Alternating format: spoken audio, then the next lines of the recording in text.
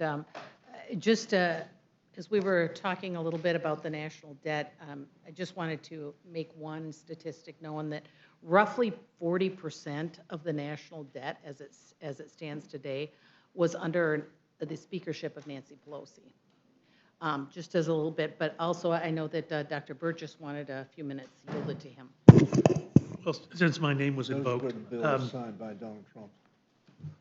fiscal year 2006, after the 2004 tax cuts, the federal deficit was $140 billion. In this day of trillion-dollar deficits, that seems almost wistful to use a number like that. But that was a year, as you'll recall, we had two wars, Hurricane Katrina, Hurricane Rita, and significant stress on the federal budget. But back then, the fiscal year 2006 deficit was only $140 billion.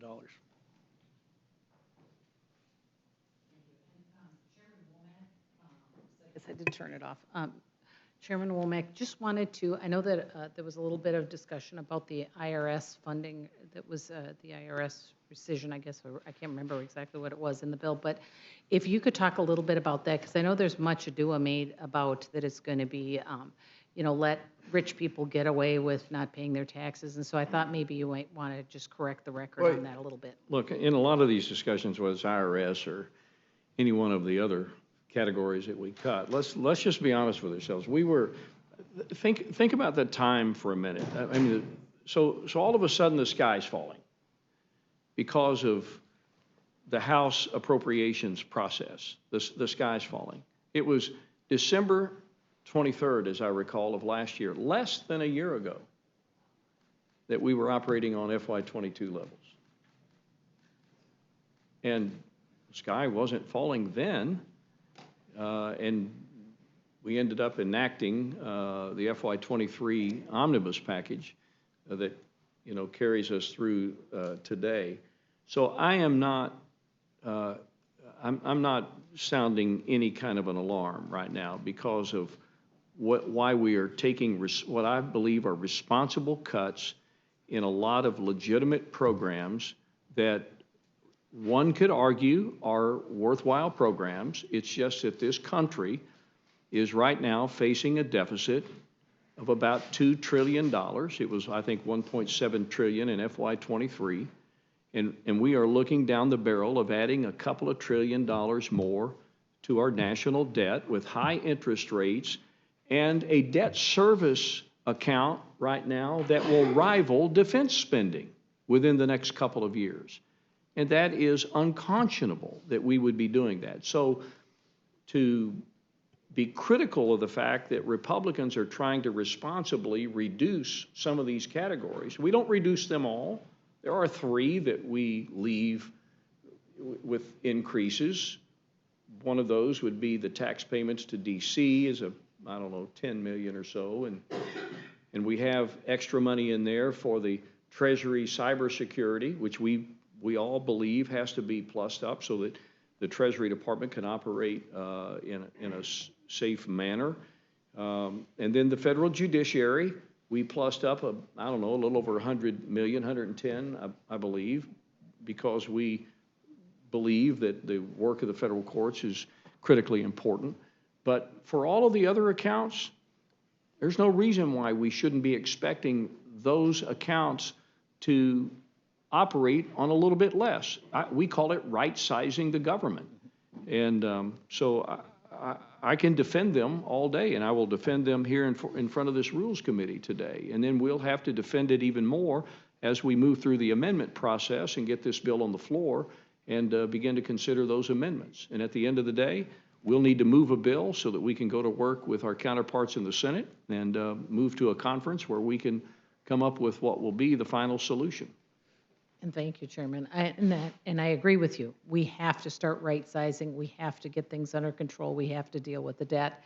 And I see this as, the appropriations bill, I guess I see this as regular order.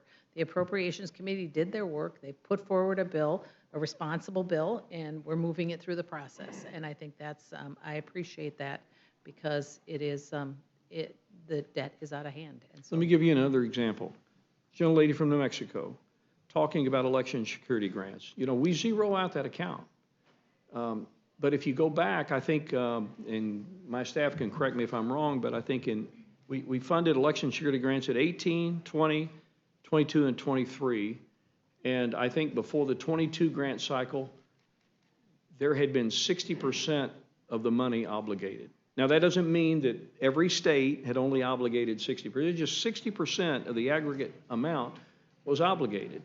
And so it just doesn't make sense for us to continue to push more money into those kinds of programs. And I'm sure if you do a full evaluation of the entire federal budget, you're going to find there's a lot of unobligated money sitting out there in different accounts. So it's not like that this federal government is going to come to a screeching halt because we're going to cut some levels back to pre-FY22 levels in the financial services and general government accounts, or any other title on approach for that matter.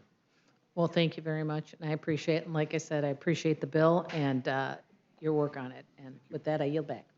Thank you very much. Mr. Chairman, is it appropriate for me to comment on the Oh, budget? certainly, I I recognize appreciate gentlemen. it. First of all, the gentlelady mentioned money that was spent under Ms. Pelosi. If she looks at the facts, the overwhelming amount of that money was signed into law by Donald Trump. Why? Because we had a pandemic. And we agreed on a bipartisan fashion that we were going to spend trillions of dollars. I don't think I'd ever voted on a $1 trillion bill until the pandemic, absent an omnibus with everything included.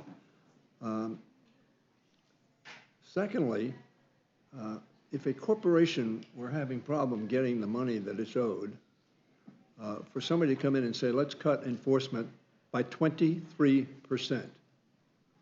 Some other items in IRS not cut as much, but to be cut 23%.